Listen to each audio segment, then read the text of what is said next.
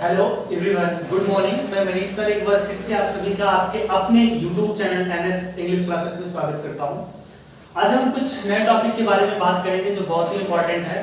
बहुत सारे बच्चों ने कहा सर क्वेश्चन वर्ड के बारे में बताइए। जो क्वेश्चन वर्ड्स है कि उनका प्रयोग हम कैसे करें। सर आपने तो नॉर्मल सा बता दिया। क्वेश्चन वर्ड्स कुछ ऐसे हैं जैसे मैं किसके साथ मार्केट जाऊं, मैं किसके लिए पढ़ता हूं, तो किसके लिए मुझे नहीं पता है। तो ऐसे बहुत सारे बच्चों ने क्या किया, हमें कमेंट करके हमारे व्हाट्सएप नंबर पे बताया कि सर थोड़ा सा प्रॉब्लम है, आप इसको थोड़ा सा सॉल्व करके हमें बताइए, फिर आगे ट्रांसलेशन में हम चलते हैं।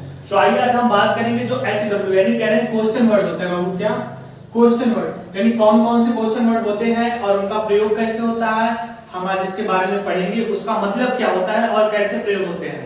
तो सबसे पहले क्वेश्चन वर्ड पढ़ने से पहले मैं आपको एक चीज बता देता हूं कि देखो, जब कोई भी प्रश्नवाचक शब्द वाक्य के बीच में आता है, जब कोई भी शब्द प्रश्नवाचक वाक्य के बीच में आता है तो उसका स्ट्रक्चर यही होता है कि सबसे पहले क्वेश्चन वर्ड, उसके बाद हेल्पिंग वर्ड, और उसके बाद क्या करते हैं सब्जेक्ट, और फिर उसके बाद वर्ब, फिर उसके बाद अदर वर्ड। अब देखो लास्ट में क्वेश्चन मार्क लगाना नहीं भूलेंगे। तो कह रहा है कि भाई अगर कोई भी सेंटेंस आपका क्वेश्चन वर्ड से शुरू हो तो क्वेश्चन वर्ड से कह रहा है कोई भी सेंटेंस यानी किसी भी सेंटेंस के वाक्य के बीच में कोई भी प्रश्नवाचक शब्द आ जाए तो हम सबसे पहले उसकी स्पेलिंग लिखते हैं, फिर हेल्पिंग वर्ब। अब हम हेल्पिंग वर्ब क्या लिखेंगे, तो हेल्पिंग वर्ब उस सेंटेंस पे डिपेंड करता है। अगर अंत में ता है, ती है, ते है तो क्या लगाएंगे डू या डज। अगर रहा रही है तो क्या लगाएंगे इज ए मार्क। होगी या होंगे तो क्या लगाएंगे भैया विल बी या शैल बी। तो उस हिसाब से जो सुटेबल होगा आप लगा लीजिएगा। उसके बाद सब्जेक्ट, फिर मेन वर्ब। अब मेन वर्ब डिपेंड करेगा ऑन हेल्पिंग वर्ब, यानी यह जो मेन वर्ब होगा बाबू, यह जो मेन वर्ब होगा वह डिपेंड करेगा हेल्पिंग वर्ब की फर्स्ट फॉर्म लगानी है कि सेकंड फॉर्म की थर्ड फॉर्म की फोर्थ फॉर्म की फिफ्थ फॉर्म। अब डिपेंड करता है वहां पे। अगर हेल्पिंग वर्ब आपका इज रहेगा तो क्या लगाओगे फोर्थ फॉर्म, अगर हैज रहेगा तो क्या लगाओगे थर्ड फॉर्म, यही ना लगाओगे। तो इतना चीज आप जानते हो। तो आज हम बात करेंगे क्वेश्चन वर्ड यानी कैसे प्रयोग करेंगे। देखो सभी क्वेश्चन वर्ड्स के लिए स्ट्रक्चर यही होता है, हम यही स्ट्रक्चर का फॉलो करेंगे और एक एक स्टेप पढ़ेंगे। तो हम सबसे पहले बात करते हैं, हमारा पहला टॉपिक है व्हाई। क्या लिखा है भाई व्हाई। व्हाई यानी क्या होता है क्यों। अब हम इसका प्रयोग कहां करते हैं, इसका प्रयोग कहां करते हैं रीजन, यानी क्या है रीजन मतलब कारण जानने के लिए। क्या बाबू रीजन यानी कह रहे हैं कि इसका प्रयोग हम कारण जानने के लिए करते हैं। कारण जानना जैसे तुम स्कूल क्यों नहीं आए, तुम स्कूल क्यों जाते हो, तुम क्यों पढ़ते हो। कह रहे हैं कि भैया तुम स्कूल क्यों क्यों क्यों लिखे ज्यादा अच्छा है, क्यों नहीं आए, तुम स्कूल क्यों नहीं आए, तुम स्कूल क्यों नहीं आए। तो कौन सा टेंस हो गया फटाक से बताइए पास्ट इंडेफिनिट। कौन सा हो गया पास्ट इंडेफिनिट। तो देखो क्वेश्चन वर्ड बीच में आया तो क्यों व्हाई हो गया। अब पास्ट इंडेफिनिट टेंस की सहायक क्रिया क्या होती है did you not come to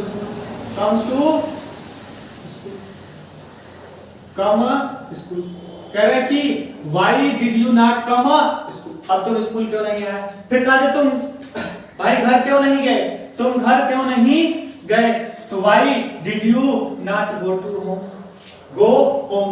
why did you not go home. तुम पढ़ने क्यों नहीं गए, why did you not go to read, why did you not go to read. तुम खेलने क्यों नहीं गए, why did you not go to play. तो भैया तुम रीजन जानने के लिए हम क्या करेंगे क्वेश्चन वर्ड का प्रयोग करेंगे। किसका प्रयोग करेंगे क्वेश्चन वर्ड का। दूसरा है व्हाट। व्हाट माने क्या होता है क्या।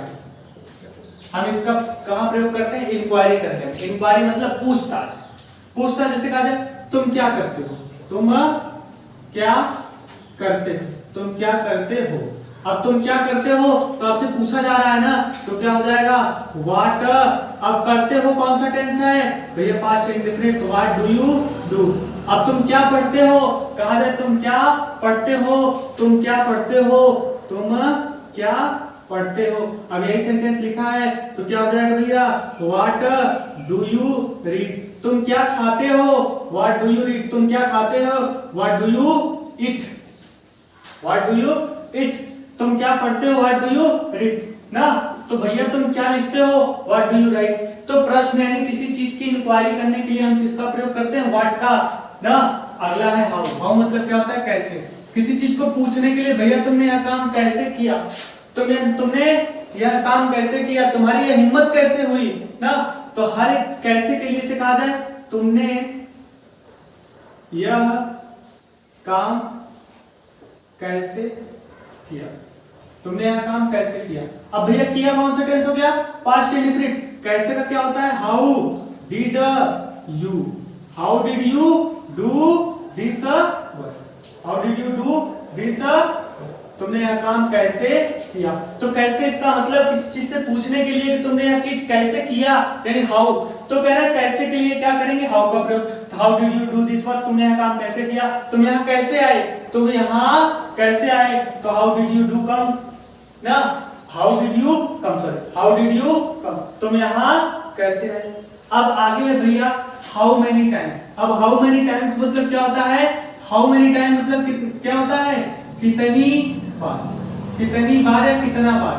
अब कहा जाए तुम कितनी बार खाना खाते हो, तुम कितनी बार पढ़ते हो, तुम कितनी बार सोते हो, तुम कितनी बार मार्केट जाते हो। तो कितनी बार के लिए हम क्या प्रयोग करेंगे, कितनी बार के लिए हम क्या प्रयोग करेंगे, हाउ मेनी का। जैसे कहा जाए तुम कितनी बार खाना खाते हो, तुम कितनी बार खाना खाते हो। अब एक सेंटेंस लिखा है तुम कितनी बार खाना खाते हो, तो क्या हो जाएगा, how many time, how many time. खाते हो तो प्रेजेंट इंडेफिनिट टेंस है, तो डू यू ईट फूड, तुम कितनी बार खाना खाते हो। तुम कितनी बार पढ़ते हो, तो how many time do you read, तुम कितनी बार सोते हो, तो how many time do you sleep. तो भैया एक ही सेंटेंस यानी बार बार 10 से 15 सेंटेंस इस पे बनाइए आज घर पे बैठ के। कितनी बार, तुम कितनी बार पढ़ते हो, तुम कितनी बार सोते हो, तुम कितनी बार खाना खाते हो, कितनी बार मार्केट जाते हो, तो how many times do you go to market. तुम कितनी बार कार चलाते हो, तुम कितनी बार साइकिल चलाते हो, तुम कितनी बार लिखते हो। तो भैया जब कितनी बार आएगा तो हम क्या प्रयोग करेंगे, हाउ मेनी टाइम। अब अगला है हाउ मच टाइम, यानी कितना समय। कह रहा है कितना समय। अब ये कितना समय हो गया, पहले तुम्हें स्कूल पहुंचने में कितना समय लगता है, तुम्हें स्कूल पहुंचने में कितना समय लगता है, तुम्हें खाना खाने में कितना समय लगता है, तुम्हें पढ़ने में कितना समय लगता है। तो भैया कितना समय कहा जाए कि तुम्हें पढ़ने में कितना समय लगता है, तुम्हें पढ़ने में कितना समय लगता है। तो भैया क्या हो जाएगा, हाउ मच टाइम। लगता है तो present indefinite tense do you क्या हो जाएगा, रीड। तुम्हें पढ़ने में कितना समय लगता है, तो how much time do you read, तुम्हें पढ़ने में कितना समय लगता है। अब अगला है विथ हुम। विथ हुम मतलब किसके साथ, विथ हुम मतलब किसके साथ। अगले एक सेंटेंस लिखा है, कह रहा तुम किसके साथ पढ़ते हो, तुम किसके साथ स्कूल जाते हो, तुम किसके साथ घर आते हो, तुम किसके साथ मार्केट जाते हो। तो किसके साथ के लिए क्या प्रयोग करेंगे, विथ हुम। कहा जाए कि तुम किसके साथ पढ़ते हो, तुम किसके साथ पढ़ते हो। तो भैया तुम किसके साथ पढ़ते हो, तो क्या हो जाएगा, with whom. With whom do you read, with whom do you read, तुम किसके साथ पढ़ते हो। कहा जाए तुम किसके साथ खाते हो, तो विथ, सॉरी WITH होगा, विथ। कह रहा तुम किसके साथ खाते हो, तो with whom do you eat. कह रहा तुम किसके साथ पढ़ने जाते हो, with whom do you go to read. कहा जाए तुम किसके साथ साइकिल चलाते हो, तो भैया विथ हुम डू यू क्या कहते हैं, रीड बाइसिकल। तो भैया तुम किसके साथ पढ़ने जाते हो, तो do you with whom do you go to school. ऐसे ही आपको 10 से 15 सेंटेंस घर पे बना के प्रैक्टिस करना है। किसके साथ के लिए, तुम किसके साथ खाते हो, किसके साथ पढ़ते हो, किसके साथ जाते हो, किसके साथ सोते हो। हर एक ऐसे क्या करना है, कम से कम 15 सेंटेंस, कम से कम 15 सेंटेंस एक एक टॉपिक है। अगला है फॉर हुम। अब आता है किसके लिए, किसके लिए। अब कहा जाए तुम किसके लिए पढ़ते हो, कहा जाए कि तुम किसके लिए पढ़ते हो। भैया लिखा है तुम किसके लिए पढ़ते हो, किसके लिए पढ़ते हो, तुम किसके लिए पढ़ते हो। तो क्या हो जाएगा, फॉर हुम डू यू रीड, तुम किसके लिए पढ़ते हो, तुम किसके लिए खाना खाते हो, फॉर हुम डू यू ईट फूड, तुम किसके लिए जाते हो? For whom do you go? भैया तुम किसके लिए सोते हो? किसके लिए जाते हो? किसके लिए खाते हो? किसके लिए पढ़ते हो? किसके लिए नहाते हो? ऐसे ही क्या करना है आपको 10 to 15 सेंटेंस बना करके खुद से ट्रांसलेट करना है। तो आपको यह चीज आपके माइंड में फटाक से बैठ जाएगी और चीजें समझ में आ जाएंगी। अगला है whom। whom मतलब क्या होता है? किसे, किसे या किसको, किसे या किसको।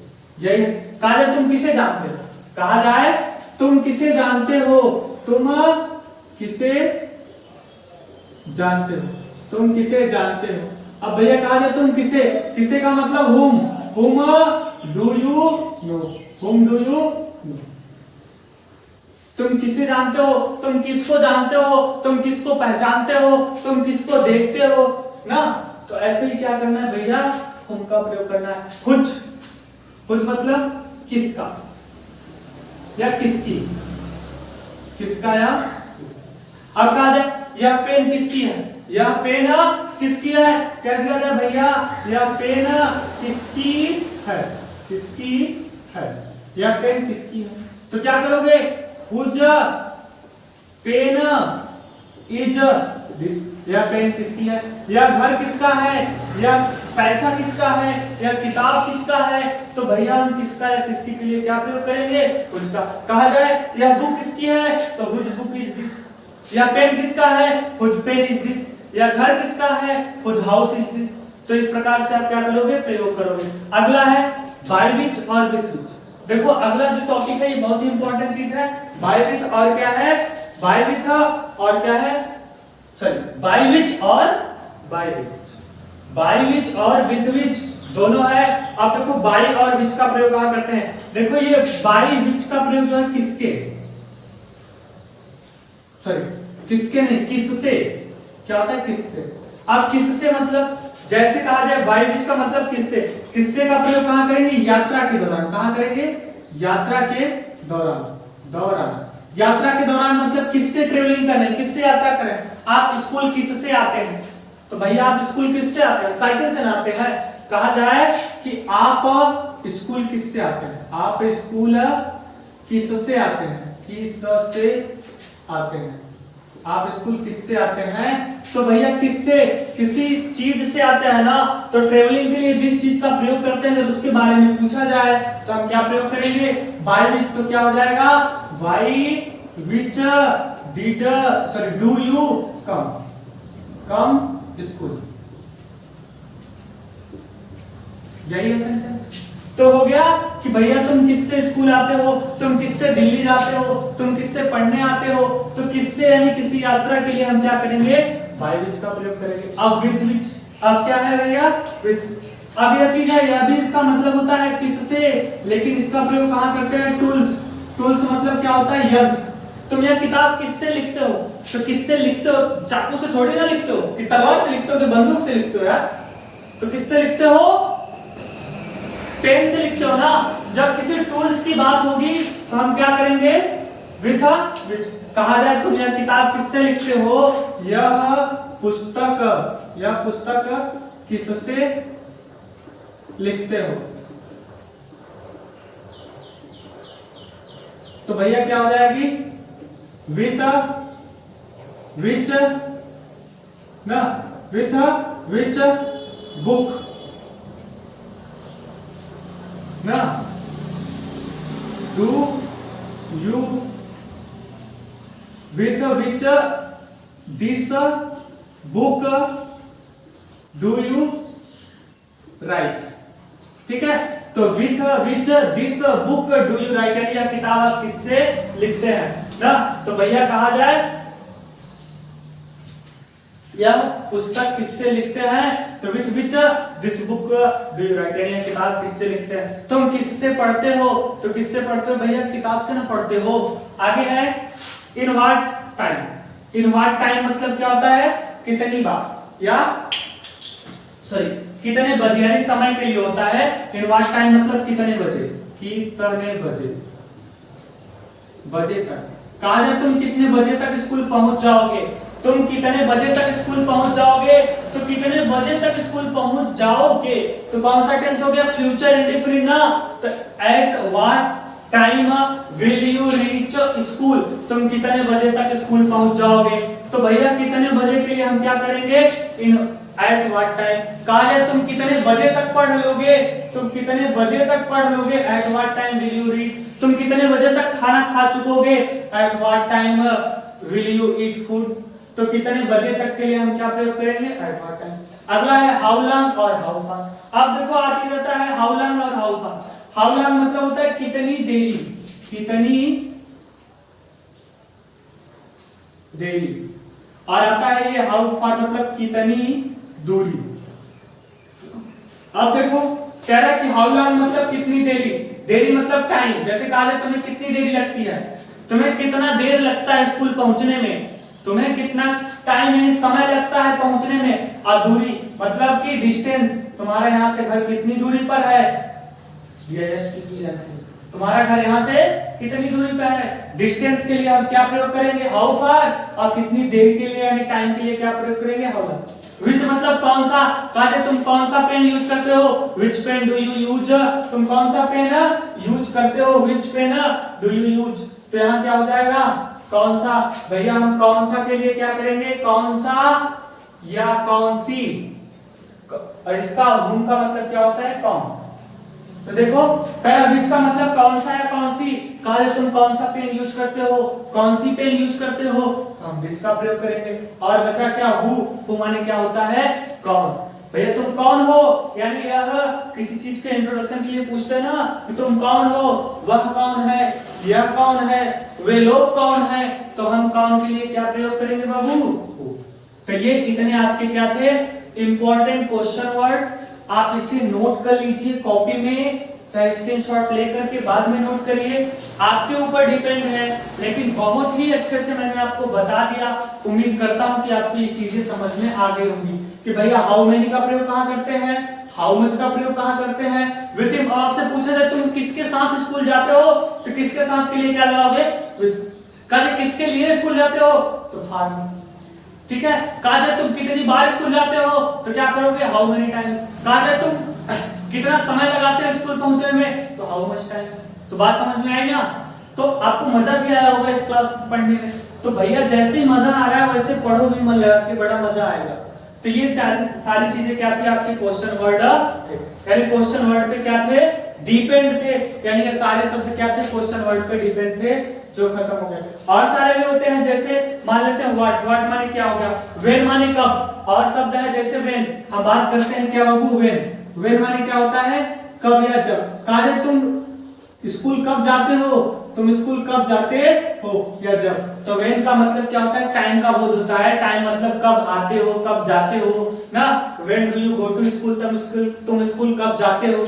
तो भैया व्हेन का प्रयोग कब या जब के लिए करते हैं। तो कुछ छोटे छोटे जो नॉर्मल सा है वो तो आपको पता है, लेकिन इनके बारे में नहीं पता था, जो आज हम आपको बता दिए।